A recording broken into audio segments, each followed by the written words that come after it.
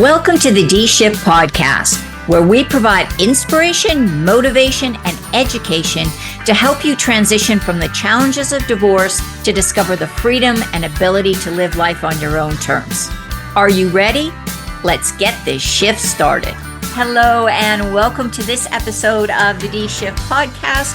And today we are going to talk about a serious topic, but also a topic that can be an incredible springboard and an incredible area of personal growth and development for people going through divorce, and particularly women. So I want to introduce my guest, Angeline Constantinou. She has an amazing backstory, so I don't want to give you much of her backstory because it's so inspirational. But she did get out of a very abusive relationship and has created this mission and passion to help other women do the same.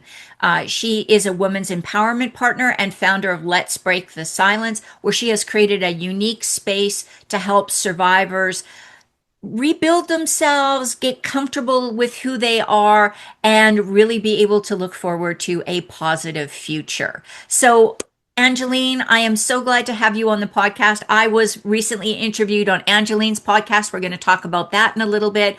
Yes. So thank you for being here because I so appreciate the message and your mission. Thank you so much, Marty. And thank you so much for having me on your show. And it was a pleasure to have you on my podcast show as well. And we'll talk about that later too. Yeah. And I think that this whole, it's sad to say this, but it seems like it's been maybe the last, I'm going to say 5 or 6 years, that there's really been a lot more open dialogue and discussion about the hidden parts of abuse and the long-term impact on survivors of abuse, or victors of abuse, as I know that you like to talk about this. But you also have an amazing backstory, Angeline. So can you talk to us a little bit about how you got here and why this is your particular area of focus? Yes. And thank you again for having me on your show. So let me share a little backstory. So once upon a time, I used to be married to whom I thought was going to be the love of my life. And he worked in New York City, direct mail advertising, and he invited me to work with him. And this was back in 1987. And then we officially tied the knot in 1988. So anyways, I was 25 years old. And it just seemed to be the norm then. And he did not reveal who he truly was until later. So meanwhile, I generated 6-figure income in the business. We were married. We had a house in the Hudson Valley of New York State and also a place in New York City. But something happened. So gradually he had taken off the mask, and he started to display like narcissistic behavior, meaning gaslighting, manipulation. There was love bombing in the beginning. And I was, like the love bombing, I didn't even know what it was. I was like, oh, wow, he must be really be in love with me. But that was not the case. And there was physical violence to the point where I was in the hospital all night on IV because I broke my nose. My nose was broken, resulting from him throwing me against the wall, falling backwards in the house, and I was bleeding. I had black and blue all over my face, and it was really bad, and I was crying, and he took me to the hospital, which is not unusual in these type of situations, to cover it up. Right. So fast forward then. In 2008, the stock market crashed, and we lost over $150,000 in savings in the stock market. So different stocks. And then I found out later that, that's when I started to go work in corporate America to make a name for myself, because I felt that I had lost my identity. So people will ask, why didn't you leave earlier? Because of the shame and guilt that happens Right. with women who are in these situations. It's not that easy to just pack up and leave. Because like I was brought up in a Greek strict family, and we were conditioned, like I said, to believe that you marry for better, for worse, for richer or poor, who cares if he hits you, blah, blah, blah, and that's it. But that was not me. So I Right. finally stood up for myself. And for the last 3 years before I actually the last 2 years before I filed for divorce, I worked on myself and I got to meet other people. I started to get involved in the online space and it changed my life. So I got myself into a room with other women, men, coaches, mentors, and so it ignited a fire in me. And I just said, I am going. So I made a plan. Right. So before you leave, always make a plan. And so that's what I did. I had some savings put aside, thank goodness, which, I had to dig and do all that. Right. So I had some savings put aside. I had about 3 months of savings. The divorce took about a year, but, people welcomed me into their homes. I was Right. basically living like a gypsy for 1 year because they do, and I asked for help. So one of the things is don't be afraid to ask for help. If you need help in these situations, don't be afraid, even if you have to send out an SOS. Right. And there's so many resources that are available to survivors, to victors of domestic violence, the National Domestic Violence Hotline. So there's many, many resources that actually was not available when I went through it. So I did research. I went to the public library. I did some research and I got into, involved in the online space, like I said, with the health and wellness company that at that time changed my life. And then fast forward to now, the last 5 years have been challenging, meaning um, especially for women, because COVID happened. Right. So that means that people were stuck in the house. And then I had a vision before COVID to start my podcast and community, Let's Break the Silence, with Angeline, to empower survivors to share their real life stories and to help them amplify their voices because they have a story to share. Yeah. And I Yeah. was recently in Tampa a week and a half ago for because I'm also a co-author. I'm a published author of this book series called Breaking the Silence: Voices of Survivors.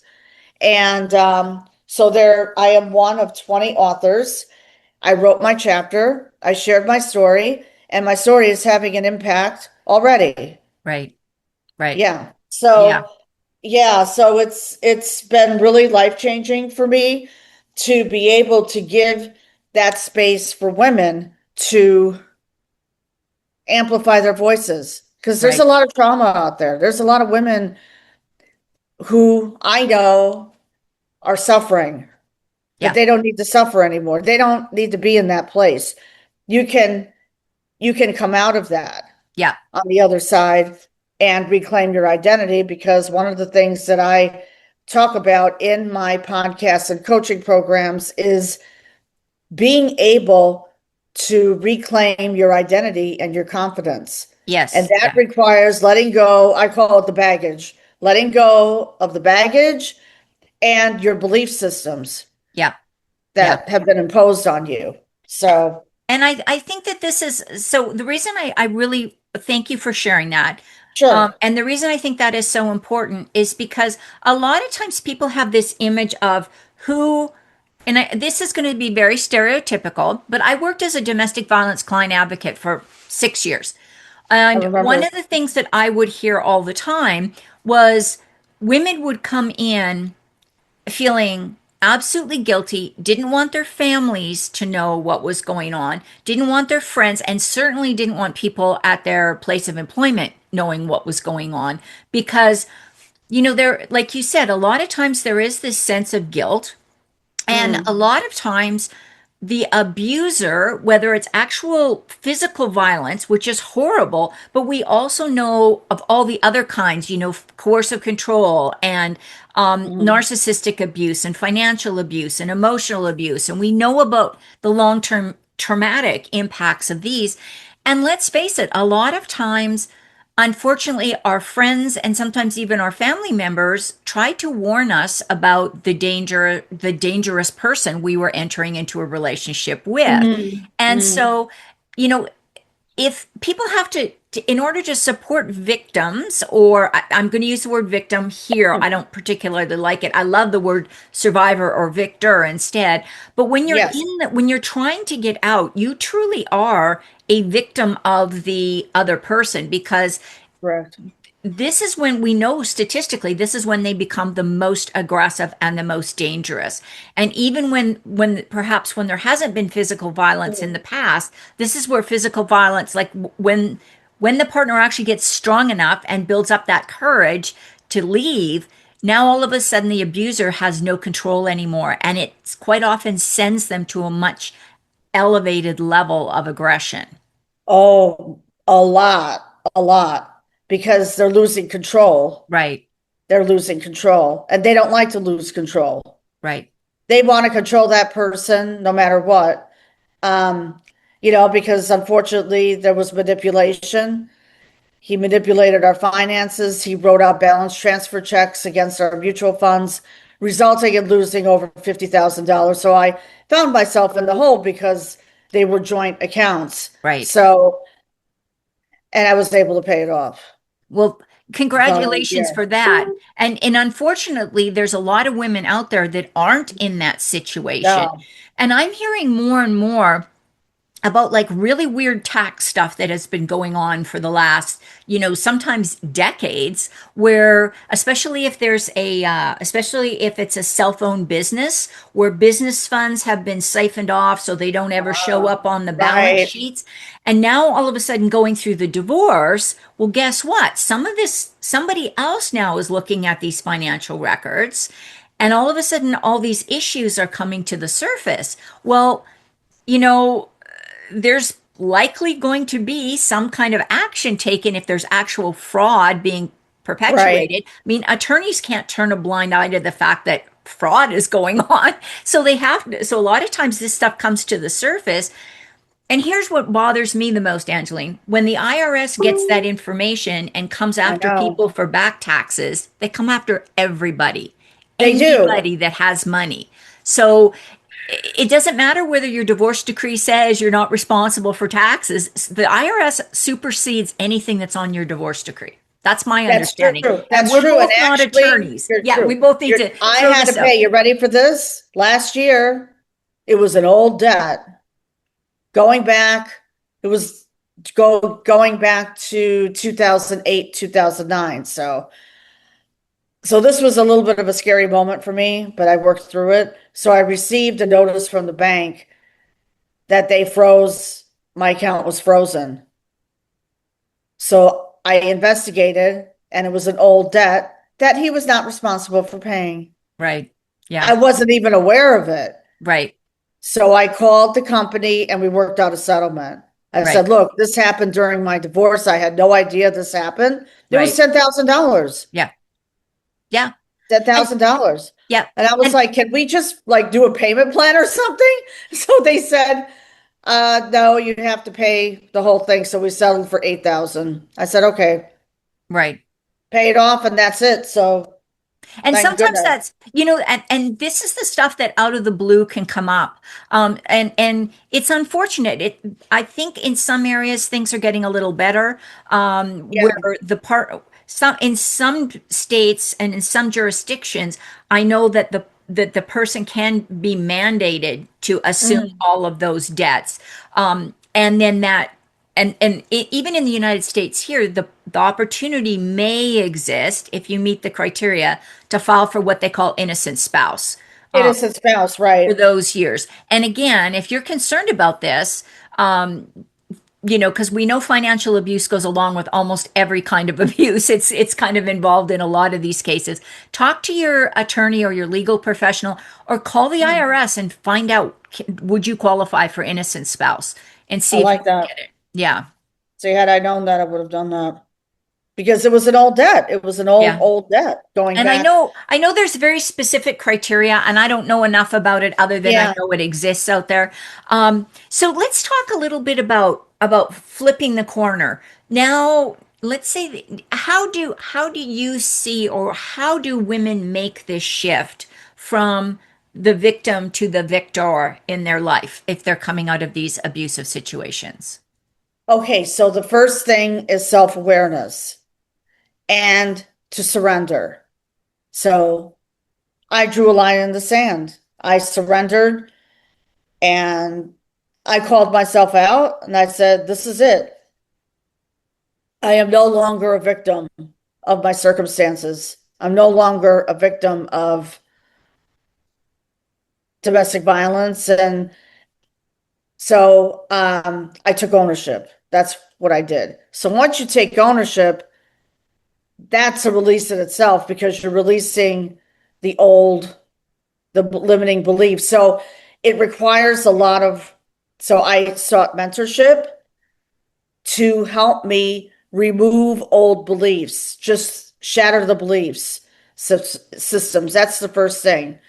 Shatter those beliefs that were instilled on you because the abuser will tell you that you're no good, you're not good enough, you're not going to make it in life. Right. And I was told that and I proved him wrong. So it's mentorship, it's being able to identify those hidden blocks because you're not conscious of it at first. Right. So I did mirror work. I did the inner work. I do sound healing meditations. And that helps because the sound and the light goes into your nervous system. So nervous system regulation. Right. So I do all that and I teach all that now. Yeah. Then we start with journaling, keeping a gratitude journal, and start with writing at least three things that you're grateful for today. Always wake up, like for me, it's waking up and taking my first breath and Right. being in that state of gratitude. So, and being in the present moment and not worrying about what's going to happen 3 months from now and not focusing on the past. So in essence, what you have to do is you have to unlearn everything that you did learn Yeah. in the marriage. And so I help women with that and I take them through that journey and I help them remove the limiting beliefs so they can step into their true identity and reclaim their power. Because once you do that, you've already reclaimed your power. You're halfway there already. Yeah. Oh, I Yeah. love that. That's so And you powerful. take it, Yeah. yeah, it is. You reclaim your power, and now you've taken a stand. Now you're ready to move forward and live this new life that you were destined to live. And thank goodness it's brought me to, with Let's Break the Silence. I'm 7 years into the podcast with 193 episodes, and I'll be recording two more episodes that'll be 195. And the podcast in the women's empowerment category in the top 100, it's ranked 54th. I don't know where it is now, but this was 3 weeks ago when I was looking up the stats. So over 5,000 downloads. One of the episodes that I did reached 3 million viewers. Wow. And then I shared my story online in March of 2018. It spiraled to 7 million views because someone was impacted. So your story, so it's a combination of rewriting your story and sharing it to the public. Right. Like just go public and share it. Like some people be like, "What?" I'm like, "Yeah, go public and share it." Right. And don't be afraid of what other people think. Right. And release, like I was done with people pleasing because, like you talked about some family members, they're going to judge. They're going to Right. judge you. And they may think it's from a place of love, but it's not. It's not Right. from a place of love. So be your own person, be authentic, be real, share your story. Your story will have an impact on so many people's lives, even just one or two people. Right. Like I Yeah. remember this, she was a lady from the UK and she shared it in every single Facebook group. Like I was like, and then people kept commenting and commenting and commenting. Like I didn't post anything else for 2 days. I said, Right. I'm just going to let this reel go and everything. So, and this is from holding my phone in my one bedroom apartment. Yes, it was shaking because I was the biggest chicken of going Facebook Live, but I took ownership of my mentor said, you got to go Facebook Live and share your story. And that's what I did. And there's many ways to share your story because I can hear some people saying, well, first of all, I'm going to say this. Don't share your story in the middle of a divorce because No, no, I didn't do that. I no, didn't do yeah, that. this needs to be after. And just because I work with Right. clients and at the It was beginning, 7 years later, so yes, it's yes, okay though. That's okay. after things have calmed down and after you have healed, because you don't want to keep repeating a story if you're right, Right. if you're dealing, but I love the idea of sharing your story. I think that is incredibly powerful. And if you don't want to do it in a public way, if you're thinking like, I don't want to do a Facebook Live, or I don't, you can even, you can share it with people in your neighborhood. I did that in the beginning and I Yeah, wrote a blog. I wrote a personal blog. right, So right. I was blogging. See, that's part of it, Yeah, writing. yeah. So And I didn't go live at first. And actually, I'm glad you brought that point out. Do not go live during your divorce. Do not say anything. right. Don't tell people what your plans are. Work behind the scenes. Yeah, So, like I shared only with close friends and family members where I was going, what I was doing, right. and and that and be private. So Yeah. don't because he will find out. Eventually they'll find out. And I was going to say, so if most areas will have some kind of a community resource, some kind of outlet. If you're in a rural area like I am, it might not be in your community, it might be in the next community or the next county over or the next area over. If you're in a big center, you typically have more services. Some church groups will provide Yes, support. They have that's what I did. meetings. You Mhm. could most domestic violence shelters have some kind of group activity that you can participate in. And if you're in the recovery phase, in the victor mode, I'm going to call it recovery and healing and rebuilding. Sometimes going back and sharing with women that are very early in the journey of getting away from the abuser.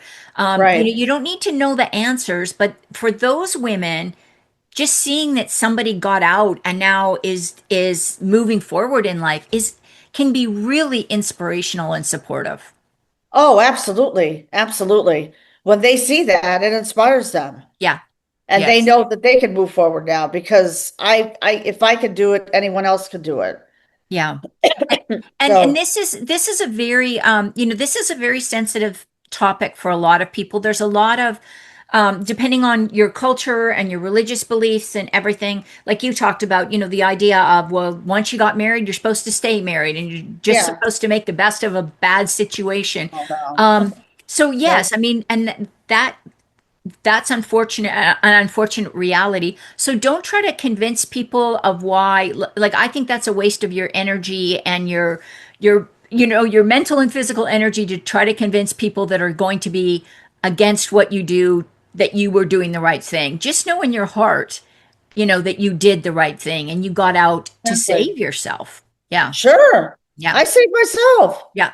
No one is coming to save you. Yeah. No one's coming to save you. I was able to get out and I was able to move. So Right. that's another thing. Like he didn't know until the tail end of the divorce that I was moving. And when I moved, I had a witness there. Right. And, I brought very little furniture, but I had boxes of clothes and everything. And I know, and he was there, but the fact that I had a witness helped. Right. So, and Right. after that, there was no contact Yeah. after that, Yeah. after I moved. So that was another, because, we didn't have children. Right. So that was one thing off my back. And I know that there are some women out there who do have children, and some have been very good at co-parenting. Right. Yeah. Sometimes it works, not always Not works. every, Sometimes right, it works. And so I'm just going to throw this in there. Two of the biggest reasons that women stay in those relationships are children and pets. that's right. Yeah. Yeah, I know. Yeah. Oh yeah, they'll Yeah. fight over pets. Yeah. Yeah. I Or remember. the abuser will threaten to kill or harm the pet or give it away or just horrific things. Because it's a master manipulation game they're playing. So, Right. Angeline, you have just shared a wealth of information, Thank you. and it's it's a sad thing that we're still talking about this in 2026, I and know. women are still going through this every single day.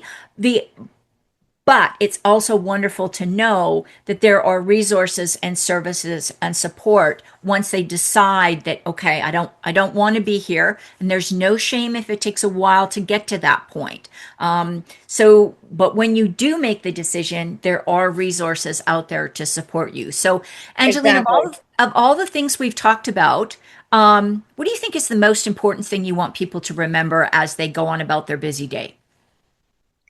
Okay. So what I would say is never lose hope.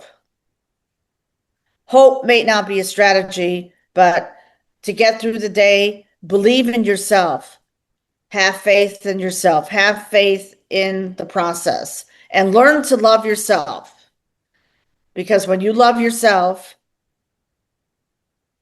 eventually you'll be able to love on others, but work on yourself. Yeah. Give yourself grace, give yourself that self-care because that's so important, especially after being out of domestic violence and trauma and narcissistic abuse. Take care of you first. And Yes. that's what I did. I got involved in dancing. I got involved with yoga.